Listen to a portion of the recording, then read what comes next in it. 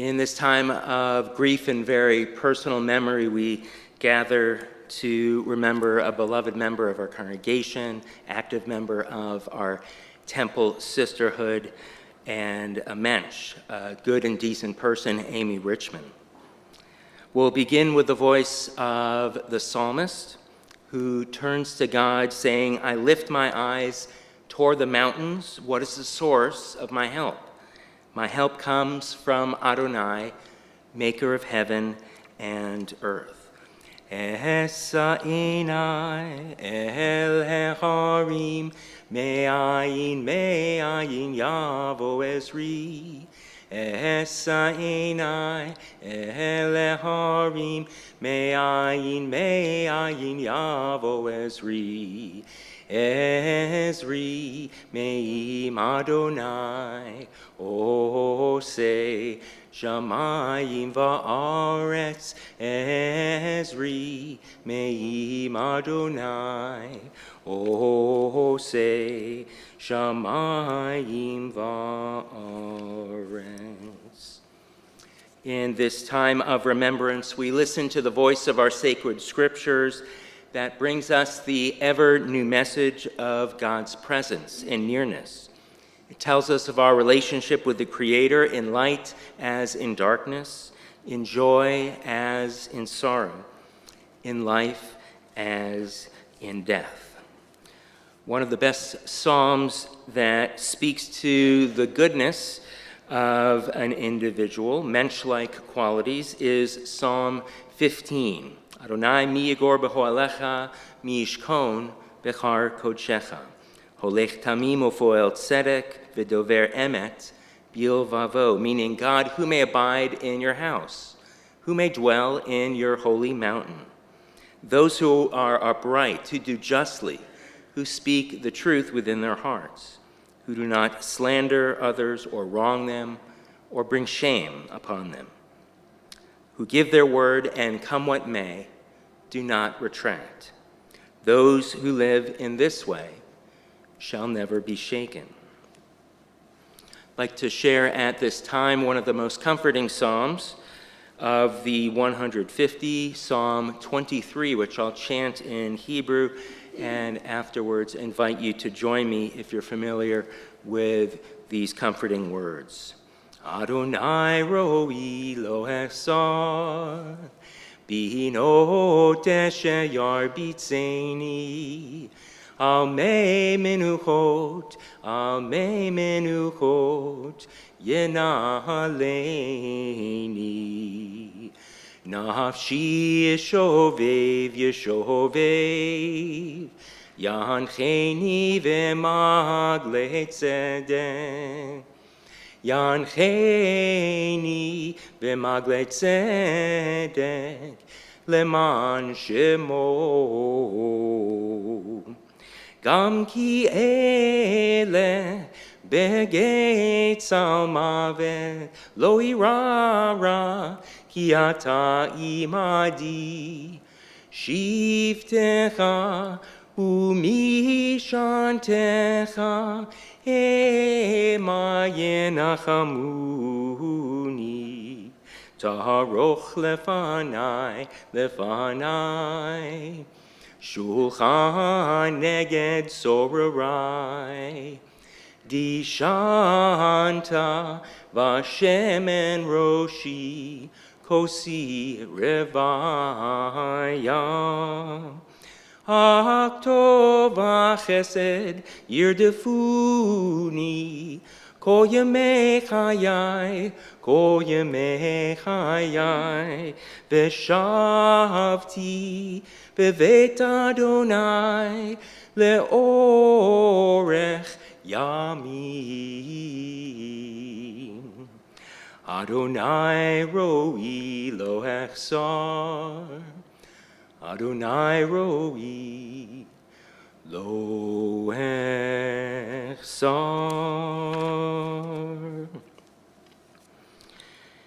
King David teaches in Psalm 16, Shaviti Adonai lenegdi tamid. Protect me, Eternal One, I seek refuge in you. You are the Eternal One, there is none beyond you. You are my allotted share and portion. I bless you, God, who has guided me. I am ever mindful of the divine presence who is at my right hand. In this way I shall never be shaken. So my heart rejoices, my whole being exults, and my body rests secure. Shaviti Adonai lenegdi tamid, ki mimini ba'alemod.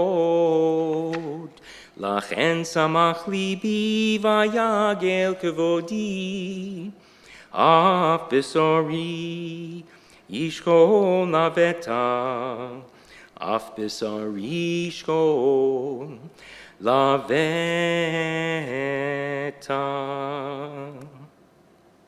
We learn in the book of Kohelet, part of Jewish wisdom literature, Ecclesiastes, that for everything there is a season, a time for every experience under heaven. L'chol zaman ve'et l'chol chefetz tachat hashamayim. That there's a time to be born and a time to die, a time to plant and a time to uproot what's planted, a time to tear and a time to build, a time to weep and a time to laugh, a time to grieve and a time to dance, a time to throw and a time to gather, a time to embrace and a time to refrain from embracing, a time to seek and a time to lose, a time to keep and a time to discard, a time to tear and a time to sow, a time to keep silence, and a time to speak. In this spirit, it's my honor to call forward a number of speakers who will be offering personal tributes to Amy. First, one of Amy's friends, Nancy.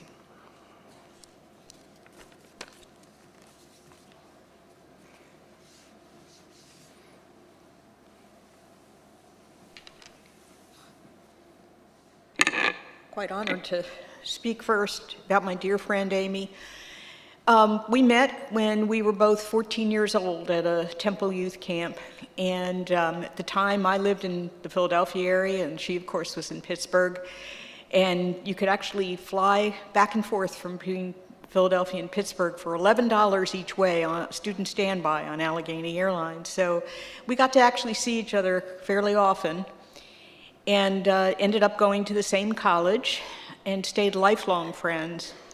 And Amy was one of those friends who you could go years without seeing or months without talking and then get back together and it was like we'd never been apart. We never had spent a day apart and we always had so much to share.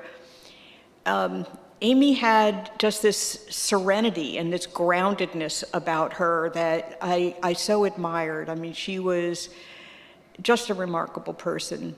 But for all that serenity, she was also very, very passionate about the things she cared about. Case in point, being her children and her grandchildren. I remember a visit when Lindsay and Jesse were very small, very young, and I saw the way Amy interacted with them, and I just had this revelation. Oh my God, that's what a mother should be like. That she was just the epitome of the most wonderful way with her children, and she's passed that on to Lindsay. You can see that. It's quite a legacy. I'm always going to love Amy, and all I can say is that 58 years, it's just not enough time. It's just not enough time. Thank you.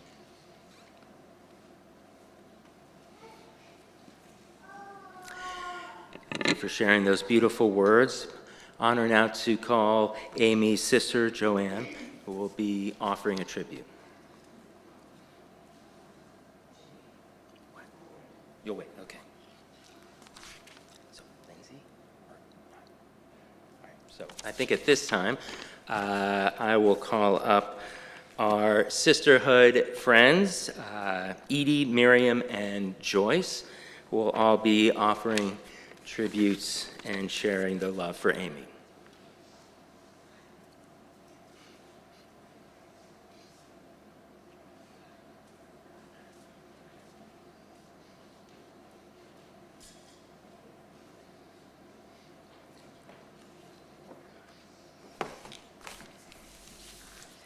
Good afternoon. My name is Edie Becker, and it's an honor, though a very difficult one, to speak about someone as special as Amy. I knew Amy and Jimmy from the temple, but I really began to notice them during a very specific ritual that I had. Every week, before my B'nai Mitzvah, I went to Charlie's Sushi. For almost 2 years, the routine was the same. Sushi, sake, and Hebrew. And almost every Tuesday, they were there. Eventually, I realized they weren't just Tuesday regulars, they were regulars. Over time, our conversations grew and our relationships strengthened through JWI and surprisingly through COVID. For all the isolation that COVID brought, it also pulled the four of us, Amy, Joyce, Miriam, and me, into a close circle.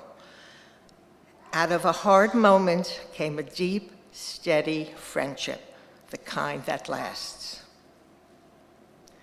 Anyone who knew Amy knows she was a big fan of Facebook, and in looking back through her pieces of her voice, honest, grateful, fierce, and completely herself.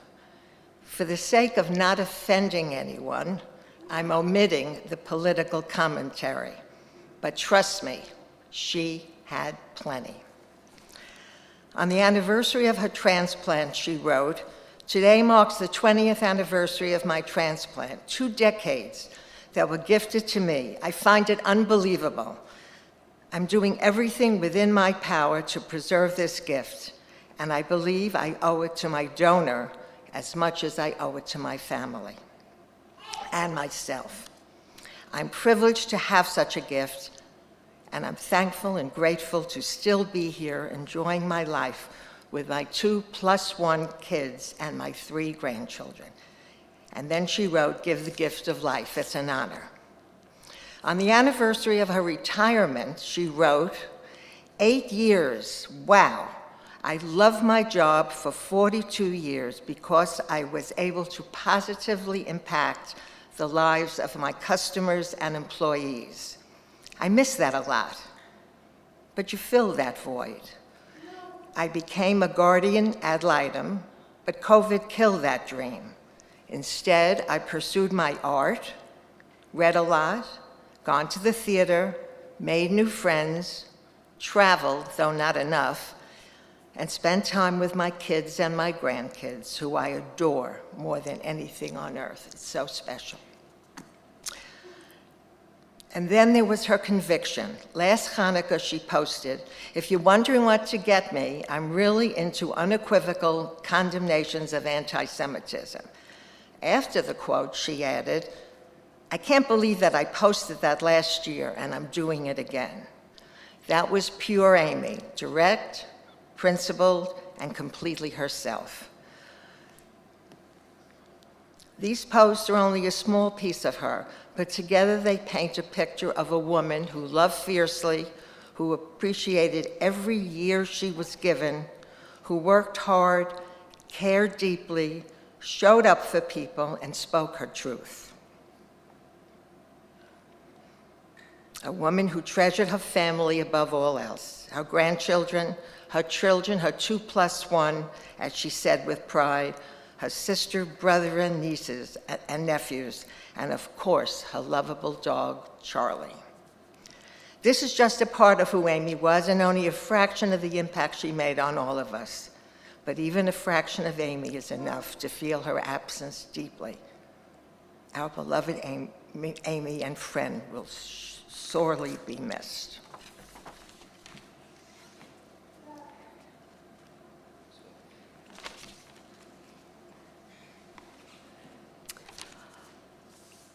My name is Miriam Marcus. We were part of a pod. It was Amy, myself, Edie, and Joyce, and we did a lot together. We exercised, we went to the theater, we celebrated birthdays, we went out for dinner, and we played games. And when we played games at Amy's house, we knew we were going to get a fabulous dinner. We will miss her sorely. I want to read something. It's called The Dash. I read of a woman who stood to speak at the funeral of a friend. She referred to the dates on her tombstone from the beginning to the end. She noticed the first came the date of her birth and spoke of the following date with tears, but said what mattered most of all was the dash between those years. For that dash represents all the time that she spent alive on earth, and now only those who love her know what that little line is worth. For it matters not how much we own, the cars, the homes, the cash. What matters is how we live in love and how we spend our dash. So think about this long and hard. Are there things you would like to change? For you never know how much time is left. You could be at dash mid-range. If you would slow down enough to consider what is true and real and always try to understand the way other people feel. Be less quick to anger and show appreciation more, and love the people in our lives like we've never loved before. If we treat each other with respect and more often wear a smile, remembering that this special dash might only last a little while.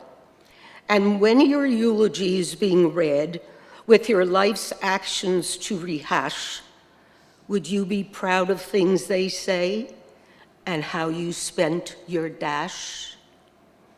And Amy lived her dash to the fullest.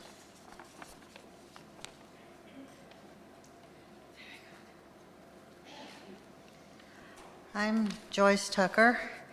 Our friendship was very special. We were more than friends. We were family, as the eloquent ones have told you. I'm not the speaker. I'm going to read a short poem, however, entitled When I Go.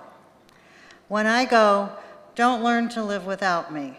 Just learn to live with my love in a different way. If you need to see me, close your eyes or look in your shadow when the sun shines. I'm there. Sit with me in the quiet and you'll know that I did not leave. There's no leaving when a soul is blended with another. When I go, don't learn to live without me. Just learn to look for me in the moments. I will be there.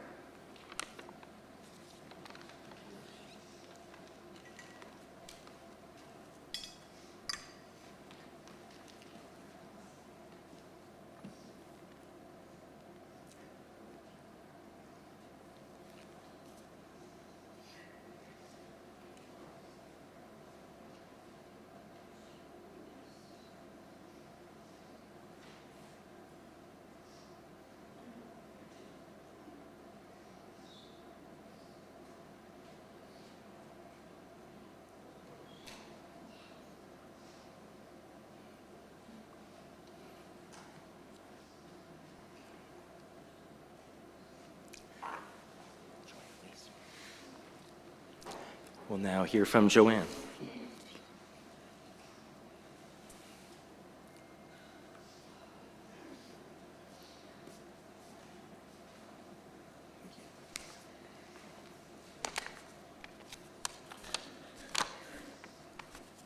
With apologies to W.H. Auden and in acknowledgement of Lindsay and the relationship that she had with my sister and that my sister had with her.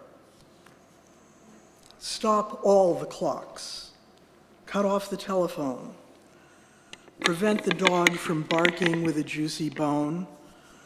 Silence the pianos and with muffled drum, bring out the coffin. Let the mourners come. Let aeroplanes circle moaning overhead, scribbling on the sky the message, she is dead. put crepe bows round the white necks of the public doves, let the traffic policemen wear black cotton gloves. My sister and I were very different people, and we were not always close. She was a cheerleader, she was beautiful, she was popular with the boys. I was a tomboy, gawky, and gay. She voted for Reagan twice. Don't blame me, I'm from Massachusetts. But we came together, politically speaking, over Trump.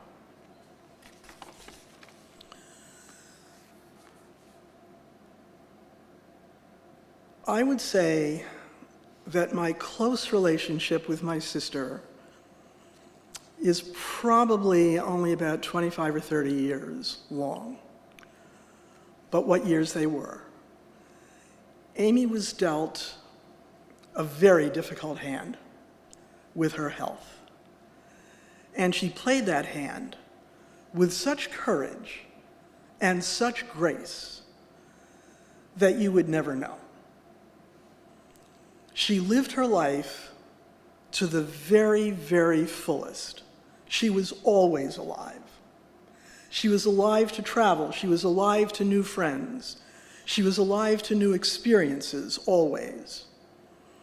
Most recently, well, and I have a photograph of this, she went on a ride, a roller coaster, that the kids wouldn't touch. But she was there. She was always there. The most important thing in her life was her kids and her grandchildren. And I don't think that people who didn't see the interactions and the relationship manifest could ever understand not only the depth of feeling that she had for them, but the way in which that feeling was reciprocated by them towards her. It's quite a legacy.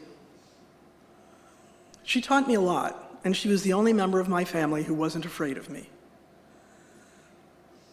I can't tell you what guts and courage that took on her part. And she always let me know when she thought I was wrong. But most of all, what I remember about her was the devotion to her family, the love she felt for her grandchildren, and that, I think, for me, is what defines her.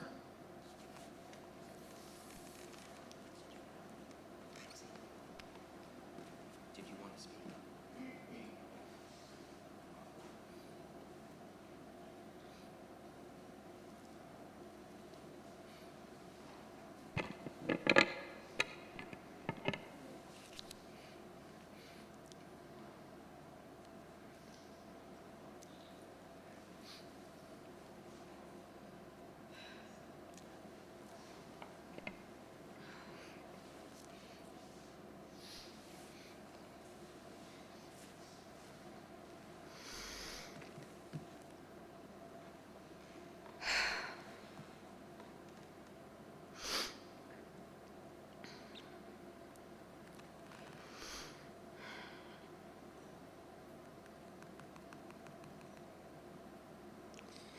My mom is my hero.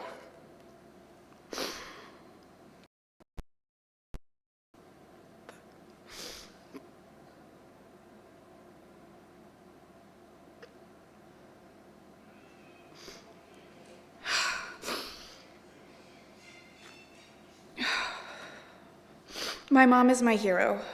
She is a warrior. She is my safe space, my biggest fan, my best friend. She showed me how to love and how to live. I don't know how I will live this life without her. She is such a huge part of my everyday that continuing on without her seems impossible.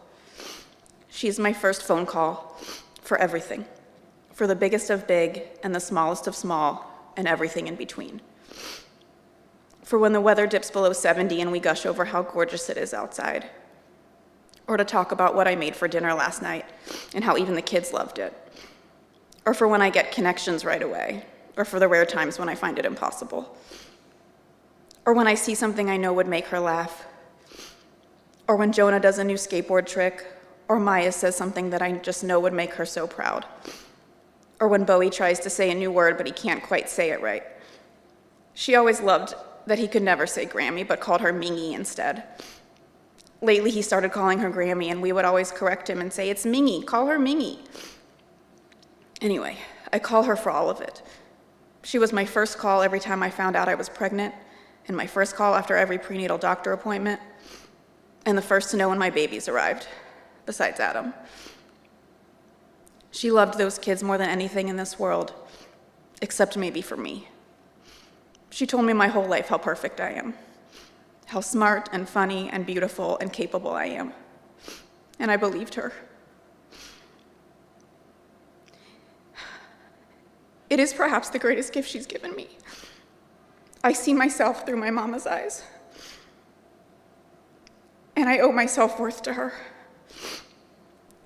She loved me so much, and I her.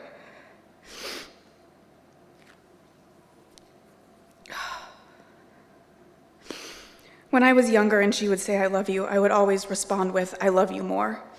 And I really believed that I did, until I had kids. And then I instantly understood that I could never love her more than she loves me, because I finally felt that same huge, deep, overwhelming love you can only feel for your children. I finally understood how much she truly, deeply loves me beyond compare. That love will stay with me forever. I know she's always with me, but I miss her more than anything I could imagine.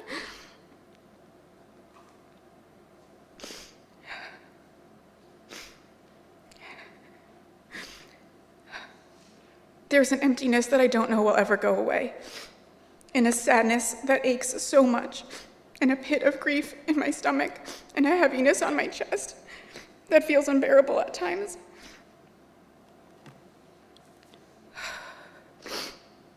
But there is also a well of gratitude. I am so thankful for everything she's given me and everything she's been to me, to my family, to her family, to all of us. I was lucky enough to get the best mama that this world has to offer. And with any more luck, my kids will say the same thing about me when it's my time to go. And if they do, I owe it all to her. I'll miss you forever, Mama. Love you.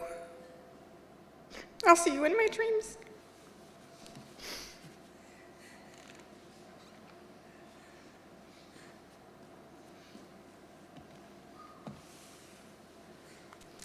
Thank you all for those beautiful, beautiful tributes. I'd like to share an interactive poem called A Litany of Remembrance, which calls to mind the various times and seasons in our lives that we think of loved ones. I'll invite you all to join with me in the repeated refrain, "We will remember her. In the rising of the sun and in its going down, we will remember her. In the blowing of wind and in the chill of winter, we will remember her. In the opening of buds and in the rebirth of spring, we will remember her. In the rustling of leaves and in the beauty of autumn, we will remember her. In the beginning of the year and when it ends, we will remember her. When we are weary and in need of strength, we will remember her. When we are lost and sick at heart, we will remember her. When we have joys we yearn to share, we will remember her. So long as we live, Amy too shall live, for she is now a part of us as we remember her." May Amy's memory endure among us as a bracha, a blessing. In your own time, O God, when we too are called to enter eternity, may we leave this life secure in the faith that in your light we shall see light. In life and in death we cannot go where you are not, and where you are, a sense of hope, tikva, endures. Sustained by this assurance, we call upon God's name, offering a special prayer of compassion called El Malei Rachamim. I'll ask us to rise for this traditional prayer. El Malei Rachamim, Shochen Bamromim, Ham Se Menucha Nechona, Tachat Chanfecha Shihina, L'nishpat Bachana Shelcha Leolama, Bal HaRachamim, Vitror et Chaim et Nishmata, Adonai hu nachalata, V'tanuach b'shalom al mishkava, V'nomar Amen. Compassionate God, eternal Spirit of the universe, grant perfect rest in your sheltering presence to Amy Richman, who has entered eternity. God of mercy, let her find refuge in your eternal presence beneath the shadow of your wings. Let her neshama, her soul, be bound up in the bond of life eternal. God is her nachala, her inheritance. May she rest in peace as we say, Amen. Now we'll offer words of praise, Mourner's Kaddish. Yitkadal v'yitkadash shemei rabbah, bi'alma divrah hirutei v'yamlich malchutei, chayechon uv'yomechon uv'chayei d'chol beit Yisrael, ba'agalau v'zman kariv v'imru amen. Yehei shmei rabbah mevorach le'alam ulamei almaya. Yitbarach v'yishtabach v'yitpa'ar v'yitromam v'yitnaseh v'yitadar v'yitalev v'yitalal shemei dekudasha brichu le'ela min kol birchata v'shirata tushpechata v'nechemata ta'amiran b'alma v'imru amen. Yehei shlama rabba min shemaya v'chayim aleinu ve'al kol Yisrael v'imru amen. Osei shalom b'romav Huya aseh shalom, aleinu v'al kol Yisrael, v'yimru, amen. May the one who causes peace in the heavens cause peace to descend on us, Israel, and throughout the world as we say, amen. Yaseh shalom, Yaseh shalom, shalom aleinu v'al kol Yisrael. Yaseh shalom, Yaseh shalom, shalom aleinu ve'al kol Yisrael. This concludes the memorial service for Amy. We'll be having a meal of condolence directly behind you in the social hall that all of you are welcome to join.